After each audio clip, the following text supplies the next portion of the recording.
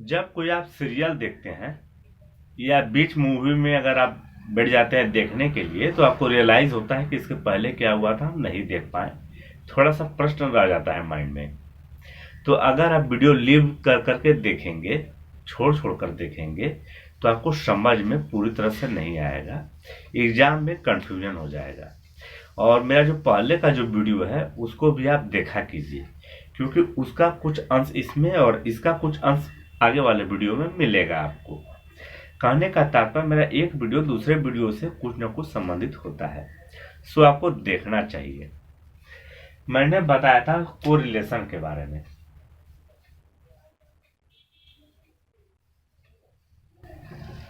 Correlation that means सहसंबंध के बारे में। किसके बारे में बताया था? कोरिलेशन। कि कोरिलेशन होता क्या है? तो कोरिलेशन जिस मतलब को सहसंबंध को समझने के लिए, जानने के लिए, देखने के लिए, परखने के लिए हम क्या करते हैं? इस्तेमाल करते हैं।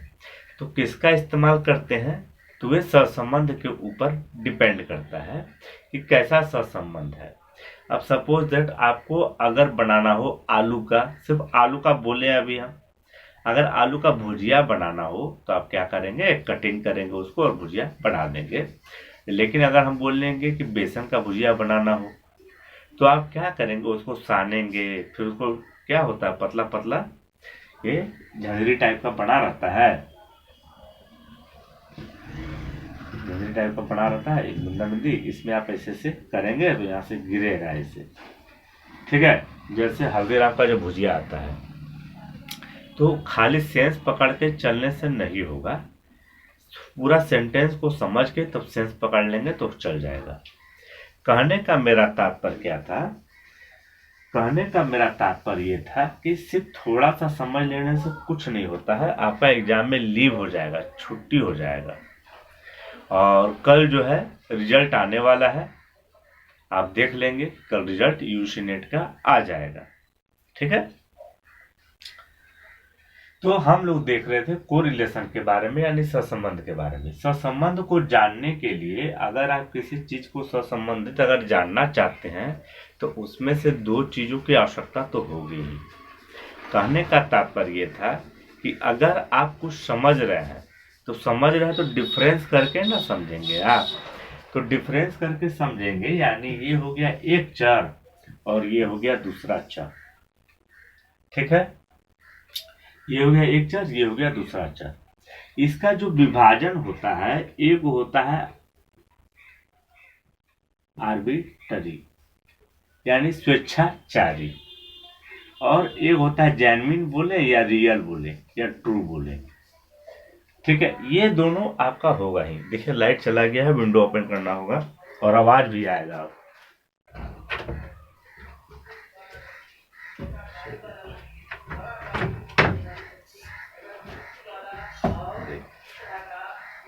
जैसे अभी हम विंडो ओपन किए, ठीक है, तो ये देखिए साउंड आ गया, फट से घुस गया, इसीलिए हम जो है विंडो को क्लोज कर दिए थे, ठीक है?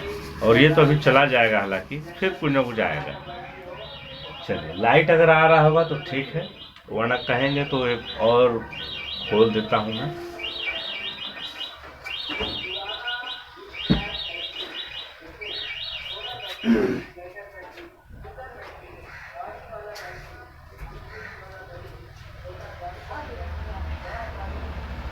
अब लाइट जो है अच्छे से आएगा, माइक लगा लेता हूँ।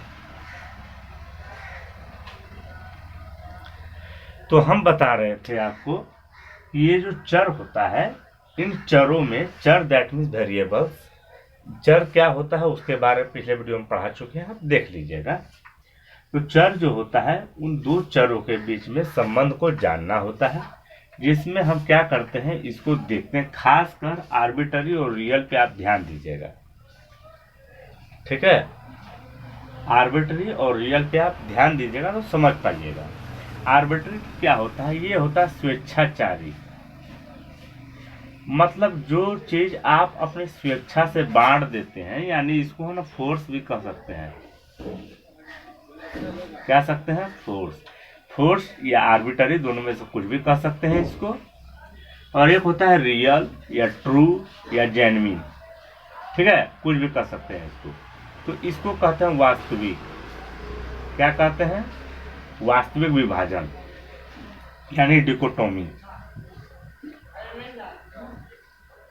ठीक है। यानी आर्बिटरी होता है, यानी आर्बिटरी डिकोटोमी, या रियल या ट्रू या जेन्युइन डिकोटोमी, यानी वास्तविक विभाजन। एक होता है स्वेच्छाचारी विभाजन। स्वेच्छाचारी विभाजन कुछ तो बोलना ही होगा हमको। स्वेच्छाचारी विभाजन वो विभाजन होता है जो अपनी हम स्वेच्छा से बांट देते हैं, और वास्तविक विभाजन वो हुआ जो हम स्वेच्छा से नहीं बांटते, वो रियल में ट्रू में बटा हुआ होता है।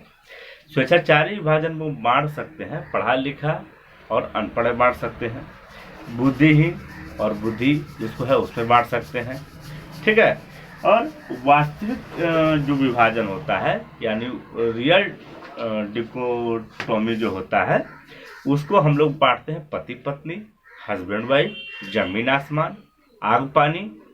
तो ये वास्तविक विभाजन हुआ। ये क्या हुआ? वास्तविक विभाजन रियल हुआ। प्राकृतिक और नेचुरल हुआ, उसको हम बांट नहीं सकते हैं, वो रियल बांटा हुआ पहले से। तो एक चर का अगर हम क्या करते हैं, स्वेच्छाचारी रूप से बांट देते हैं, यानी दो भागों में बांट देते हैं, ठीक है। एक चर को, दो चर लिए हैं, उसमें से एक चर को अगर स्वेच्छाचारी रूप में बांट देते हैं तो वे आता है द्विपंक्ति। द्विपंक्ति सहसंबंध गुणांक। अभी लाइन को रहना चाहिए था, लाइट रहता अगर तो प्रॉब्लम नहीं होता। यानी द्विपंक्ति सहसंबंध गुणांक, इसका मतलब कि दो चर में, समझिएगा बात को, स्टेप बाय स्टेप बता रहे हैं हम। द्विपंक्ति सहसंबंध गुणांक में क्या होता है,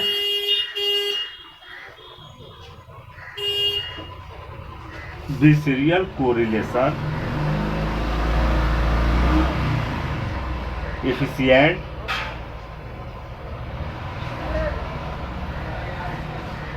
ठीक है, बिसेरियल कोरिलेशन एफिशिएंट। तो यह क्या हो गया, ये एक नंबर हो गया। दैट मीन्स कहने का मतलब दो चरों में से अगर एक चर का विभाजन हम स्वेच्छा रूप से करते हैं तो ये कहलाता है द्विपंक्ति सहसंबंध गुणांक। दैट मीन्स बिसेरियल कोरिलेशन, ठीक है, स्वेच्छाचारी रूप से। अगर क्वेश्चन में रहेगा कि एक व्यक्ति नहीं, अगर हमको 100 या 200 या 400 व्यक्ति को अगर बुद्धि का मापन करना है, क्या करना है, बुद्धि का मापन करना है, और उसमें देखना है कि वह बुद्धि में तेज है या बोकस है, तो ये क्या हो गया, एक व्यक्ति को हम मतलब वो जो था 400 व्यक्ति को या 500 व्यक्ति को बुद्धि का मापन हम देख रहे हैं, या तो बुद्धि क्या है, बुद्धि ज्यादा है या कम है, तो अपने स्वेच्छा से बांट देंगे। लेकिन अगला आदमी बोलेगा कि नहीं, इसका बुद्धि तो ठीक है, तो बात क्या हो जाएगा, यहाँ पे अल्टर हो जाएगा, नहीं हम अपने स्वेच्छा से बांटे हैं उस बुद्धि को, ठीक है। तो यह हो गया, मतलब इस टाइप का जब प्रश्न आएगा, ठीक है, तो यहाँ पर बात कर रहा है कि 400 व्यक्ति है, पर्सन है, और उसका हम लोग बांट रहे हैं ब्रेन को, मतलब ब्रेन को कि वो जो है, मतलब जैसे ब्रेन का यहाँ बोलेंगे ज्यादा इधर है, बोलेंगे समान हो गया, और ये बोलेंगे जब कम है, इधर बोलेंगे ज्यादा है या सही है, ये समान, यानी इसको क्या बोलते हैं, बेस बोलते हैं। यानी जो ज्यादा है और जो कम है उसके बारे में चर्चा करेंगे। तो द्विपंक्ति सहसंबंध गुणांक, दैट मीन्स बिसेरियल कोरिलेशन एफिशिएंट, इसी में आता है, ठीक है। ये पहला वाला समझ गए। ये बांट दिए हम स्वेच्छाचारी में। अगर हम कहेंगे कि ये रियल में बटा हुआ है, ये रियल में बटा हुआ है, तब क्या होगा, तब हम क्या करेंगे, इसको हटा देंगे यहाँ से और इसको रहने देंगे, और यहाँ लिख देंगे अंक। क्या लिख देंगे, अंक, और यहाँ हो गया पॉइंट, यानी अंक द्विपंक्ति सहसंबंध गुणांक, पॉइंट बिसेरियल कोरिलेशन कोएफिशिएंट। इसका मतलब क्या हो गया, ये सेकंड नंबर में चला गया कांटा। अब और ये जो पहले बांट रहा था स्वेच्छाचारी, अब हो गया ये जेन्युइन। क्या हो गया, जेन्युइन, ठीक है ना, यानी रियल हो गया। क्या हो गया, रियल हो गया, यानी ट्रू हो गया। कौन वाला, ये, यानी इसको बांट दिया पति पत्नी, बाप बेटा, लड़का लड़की, ठीक है। तो इस रूप में जब बांट दिया, वास्तविक रूप में जब बांट दिया, तो उसको कहते हैं, यानी अंक द्विपक्षीय सहसंबंध गुणांक से इसका जांच करेंगे सहसंबंध का। अगर ऐसे प्रश्न आएंगे कि 400 मतलब 400 व्यक्तियों में से 200 या 150 इसमें क्या है, पुरुष है, और इसमें क्या है 250 यानी 250 जो है ये मेल हो गया, ये फीमेल हो गया। इनके सहसंबंधों की अगर हम जांच करते हैं, मेल फीमेल तो रियल है, अब इनके सहसंबंधों की अगर हम जांच करते हैं तो ये क्या आ जाएगा, अंक द्विपंक्ति सहसंबंध में। एक और चीज, अंक द्विपंक्ति सहसंबंध में आ जाएगा तो इसमें हम जांच क्या चीज करेंगे कि इनके उम्र का क्या प्रभाव पड़ता है, एज का क्या प्रभाव पड़ता है, ठीक है। तब अच्छा एगो और चीज बता देते हैं आपको। देखिए अंक द्विपंक्ति सहसंबंध गुणांक में क्या होता है, इसमें ना रियल चीज का हम जांच करते हैं, जिसमें पॉसिबिलिटी नहीं है, आवृत्ति का संभावना नहीं है। हालांकि रहता है, जांच कर तो करते हैं, लेकिन कहने का मतलब जैसे अब हम बोलेंगे क्या गुण, इसमें गुण का नहीं, इसमें गुण का नहीं, क्वालिटी का नहीं, इसमें क्या करेंगे अंक, दैट मीन्स परिणाम, यानी गुण का इसमें माप नहीं करेंगे। दैट मीन्स जैसे लड़का लड़की है तो उसमें गुण का बात नहीं करेंगे, उनका परिणाम अगर कुछ होता है तो उसका चर्चा हम करेंगे इसमें, किसमें, अंक द्विपंक्ति सहसंबंध गुणांक में। तो ये हो गया क्या चीज, बांटे हम दो तरीका से इसको, एक तो बांटे आर्बिटरी पहले स्वेच्छाचारी रूप से, और दूसरा बांटे रियल। जब रियल बांटे एगो को तो अंक द्विपंक्ति सहसंबंध गुणांक द्वारा इसको बांटे, that means point behaviour correlation efficient के द्वारा, ठीक है। अब बात आता है कि इसको भी अगर हम बांटे तब क्या हो जाएगा, देख लीजिए आप। अब हम लोग चल रहे हैं नंबर 3 की ओर। किसकी ओर चल रहे हैं, नंबर 3। इसमें देखिएगा आप लोग, इसको भी बांटा गया और इसको भी बांटा गया, लेकिन ये जो बांटा गया ये आर्बिट्ररी तरीके से बांटा गया, ठीक है। ये जो है ये स्वेच्छाचारी है, यानी आर्बिट्ररी डिकोटोमी, यानी स्वेच्छाचारी विभाजन। इसका जो विभाजन हुआ है ये नंबर 3 है। इसका जो विभाजन हुआ है ये क्या हुआ है, ये आर्बिट्ररी के द्वारा हुआ है, यानी स्वेच्छा से हुआ है दोनों का। यानी एक, पहले हम क्या बोलते थे, पहले बोलते थे एक चर का विभाजन आर्बिट्ररी के द्वारा, फिर हुआ एक ही चर का विभाजन दो चरों में से एक ही चर का विभाजन रियल जेन्युइन ट्रू के द्वारा, ठीक है। इस मतलब रियल डिकोटोमी बोले या ट्रू डॉक्यूमेंट या जेन्युइन बोले, तो ये क्या हो गया, बांट दिया इसको। अब हम लोग चर्चा कर रहे हैं कि दोनों को बांटेंगे, तो दोनों को बांटेंगे पहले आर्बिट्ररी स्वेच्छाचारी के रूप में।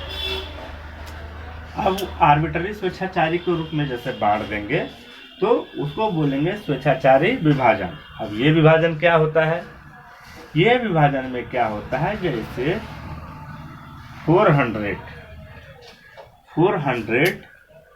में जो है 250 फीमेल है, सॉरी माफ कीजिएगा, चलिए 250 फीमेल है और 150 मेल है, ठीक है, दे दिए। अब हमको ये जांच करना है, दो चीजों का जांच करेंगे। कितने चीजों का, दो चीजों का जांच करेंगे। क्या दो चीजों का जांच करेंगे कि एक में इनका जो है बुद्धि का माप करेंगे, और दूसरा संवेगात्मक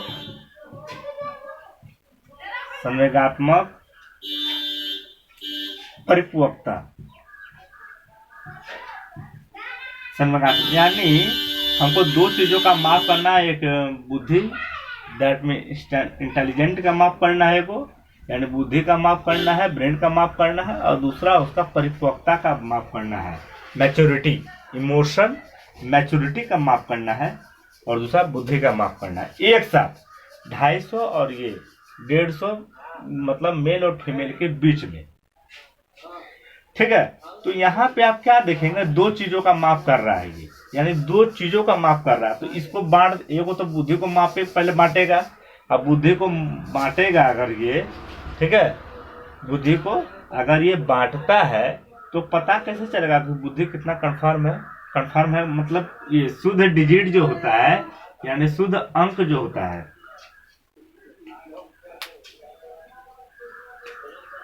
शुद्ध अंक, तो शुद्ध अंक का ये माप कैसे करेगा। अच्छा, बुद्धि किसको ज्यादा है किसको कम, उसको आप परिणाम के रूप में ला सकते हैं क्या? परिणाम नहीं, ये 50%, ये 30%, ऐसा कर सकते हैं क्या? नहीं, आपको लगभग में देना होगा। 30 से 40% के बीच में ही ठीक है, 40 से 50% के बीच में ही ठीक है। तो वैसी परिस्थिति जो होती है वह आती है स्वेच्छाचारी में। हम बांट दिए उस हिसाब से, तो एक तो बांटा बुद्धि को, और दूसरा इधर देखिए संवेगात्मक परिपक्वता, यह इतना परिपक्व है, यह इतना एज का है तो इतना परिपक्व है। तो वो भी हम इसको क्या किए, बांट दिए। क्या कर दिए, बांट दिए। तो ये जो आता है इसका देखिए, और इसी को जो है ना, मतलब आर्बिट्ररी डिकोटोमी जो होता है, स्वेच्छाचारी वाला जो होता है, ठीक है, तो इसको हम लोग क्या कहते हैं, ये तो बता दिए। तो इसको कहते क्या, मतलब किसके द्वारा जब ऐसी परिस्थिति उत्पन्न होती है, जब ऐसी सवालें आती हैं, जब ऐसा क्वेश्चन आता है, तो टेट्राकोरिक, यानी टेट्राकोरिक के द्वारा, किसके द्वारा, टेट्राकोरिक डिकोटोमी, यानी टेट्राकोरिक क्या बोल सकते हैं उसको, चतुष्कोष्ठी गुणांक, कोएफिशिएंट।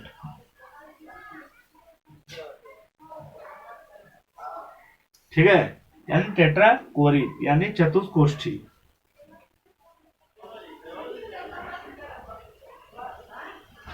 चतुष्कोष्ठी गुणांक के द्वारा, यानी चतुष्कोष्ठी गुणांक,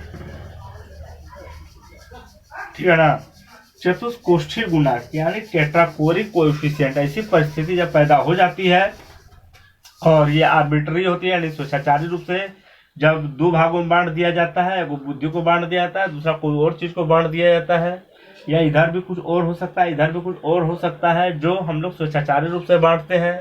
ऐसे जब प्रश्न आएंगे तो आपको चयन करना है टेट्राकोरिक कोएफिशिएंट, दैट मींस चतुष्कोष्ठी गुणांक। अगर चतुष्कोष्ठी गुणांक को अगर आप देखना चाहते हैं तो देखिए, ये ऐसे भी रहेगा, ठीक है, ये ऐसे रहेगा बटा हुआ, ऐसे बटा हुआ रहेगा, यहाँ पे रहेगा माइनस, यहाँ पे रहेगा प्लस, इधर देते हैं हम ए, इधर देते हैं बी, और यहाँ पे देते हैं क्या चीज, यहाँ पे देते हैं प्लस, इधर देते हैं माइनस। अब देखिए, यहाँ माइनस है फर्स्ट में तो माइनस दिए, ये वाला प्लस है तो यहाँ प्लस दिए, उसी तरह यहाँ प्लस है प्लस दिए, ये वाला प्लस है तो प्लस दिए, उसी तरह यहाँ पे माइनस है तो माइनस, ये वाला माइनस है तो माइनस, उसी तरह ये वाला क्या है, यहाँ पे प्लस है तो प्लस, और ये वाला माइनस है तो माइनस। बस ये चतुष्कोष्ठी गुणांक का फॉर्मूला सेट हो गया। इसी फॉर्मूले के आधार पे अगर इस तरह आपको बना हुआ रहेगा तो हम सोचे बताइएगा नहीं, आप लोग समस्या क्रिएट ना हो, तो आप ऐसा वहां पे देखेंगे तो समझ में आएगा, वो सर ऐसे बताए थे। तो ये टेट्राकोरिक कोएफिशिएंट चतुष्कोष्ठी गुणांक के अंतर्गत आया था, यानी दो भाग में इसको बांट दिया गया है। और सवाल भी कैसा आएगा ये भी बता दिए, चयन कैसे कीजिएगा ये भी बता दिए, ठीक है। चलिए एक और बच गया 5, नंबर 4,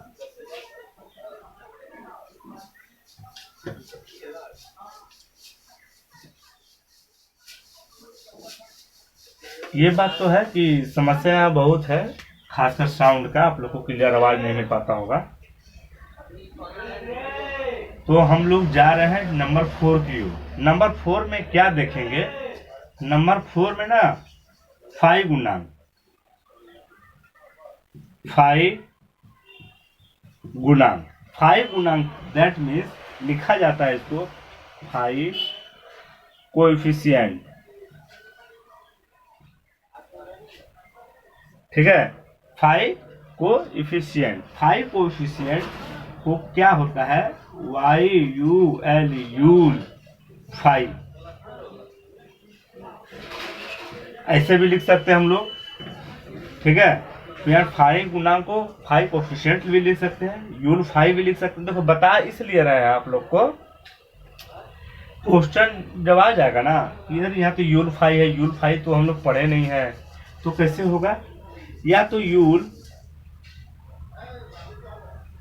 बोअस, हम थोड़ा सा मिस्टेक कर रहे हैं यहाँ पे, ये यू वाई नहीं, ठीक है ठीक है, तो यूल बोअस 5 ऐसे भी रहेगा वहां पे, और ठीक है। तो 5 कोएफिशिएंट लिखा रहेगा, या 5 गुणांक लिखा रहेगा, या यूल 5 लिखा रहेगा, या यूल बोअस 5 लिखा रहेगा, तो आप समझ जाएंगे, या 5 ऐसे रहेगा तो आप समझ जाएंगे ये 5, इसको 5 कहा जाता है। क्या कहा जाता है, 5। चतुष्कोष्ठी जो लिखा रहता है, चतुष्कोष्ठी का ऐसे होता है शॉर्ट फॉर्म, और ये 5 का शॉर्ट फॉर्म है, और ये चतुष्कोष्ठी का शॉर्ट फॉर्म है, जो अभी जो बताए थे हम, कैटागोरी। तो ये क्या हो गया, 5 कोएफिशिएंट का ऐसे शॉर्ट फॉर्म होता है। अब चलिए हम चर्चा करेंगे कि इसका इस्तेमाल कब होता है। तो हम इसके पहले बताए थे चतुष्कोष्ठी में क्या होता है, आर्बिट्ररी यानी दैट मींस स्वेच्छाचारी रूप से जब दोनों चरों को जब बांट दिया जाता है, फिर से बोल रहा है, जब आर्बिट्ररी रूप से यानी स्वेच्छाचारी रूप से जब दोनों चरों को बांट दिया जाता है दो चरों में, तब हम लोग क्या करते हैं, चतुष्कोष्ठी का इस्तेमाल करते हैं। पर जब रियल ट्रू यानी वास्तविक दैट मीन्स जेन्युइन डिकोटोमी को अगर हम लोग बांटते हैं, तब हम लोग क्या करते हैं, वास्तविक रूप से जब बांटते हैं तब हम लोग 5 गुणांक का प्रयोग करते हैं। अब जैसे अगर हम बांट दें कि 500 का है, 50 क्वेश्चन है, आइटम्स है, क्वेश्चन आइटम्स है, 50 क्वेश्चन है, जिसमें क्या हो गया, 50 मेल और 75 फीमेल या 25 फीमेल से सवाल किया गया, कर दिया सवाल, क्वेश्चनायर बन गया, क्वेश्चन बन गया। इसके बाद हम क्या करेंगे, 1 number question, 2 number question, 3 number question, तो ये दोनों के बीच में संबंध देखेंगे। क्या देखेंगे, संबंध देखेंगे, इसमें भी संबंध देखेंगे, 1 और 4 में संबंध देखेंगे। तो संबंध जो देखते हैं, यानी ये जो 5 कोएफिशिएंट है, यूल जो कोएफिशिएंट है, ठीक है ना, यूल बोअस जो कोएफिशिएंट है, इसमें क्या होता है, इसमें प्रश्नों की जो संख्या होती है और प्रश्नों का जो आधार होता है, जो बेस होता है, उसमें अंतर किया जाता है, उसको संबंधित किया जाता है, उसको समझा जाता है। उसको क्या किया जाता है, समझा जाता है, किसके द्वारा, 5 गुणांक के द्वारा। समझ आ रहा है आप लोग को। तो यहाँ पे क्या करते हैं, क्वेश्चन को 2 भागों में बांट देते हैं, वो इधर आए वो इधर। जब क्वेश्चन को जब 2 भागों में बांट देते हैं, दैट मीन्स अगर हम बांट दें कि एक क्वेश्चन है, उसमें प्रश्नों का सवाल थोड़ा इजी है, उसमें थोड़ा हार्ड है, तो इसमें हम बांट दिए कि हार्ड है तो डिजिट में कितना हार्ड है, और उसमें बांट दिए कि आकार में कितना हार्ड है। तो वो बांटा जा सकता है कि जब वो बनाने के लिए दिया जाता है। तो कहने का तात्पर्य मेरा ये था कि जब दो चरों को 2 वास्तविक यानी दैट मीन्स रियल रूप से जब बांट दिया जाता है प्रश्नों को, तो उसको 5 गुणांक के द्वारा हम इसका सहसंबंध देखते हैं।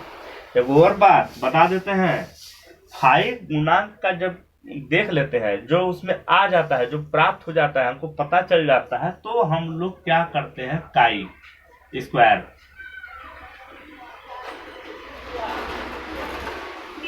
स्क्वायर के द्वारा इसका हम जांच करते हैं।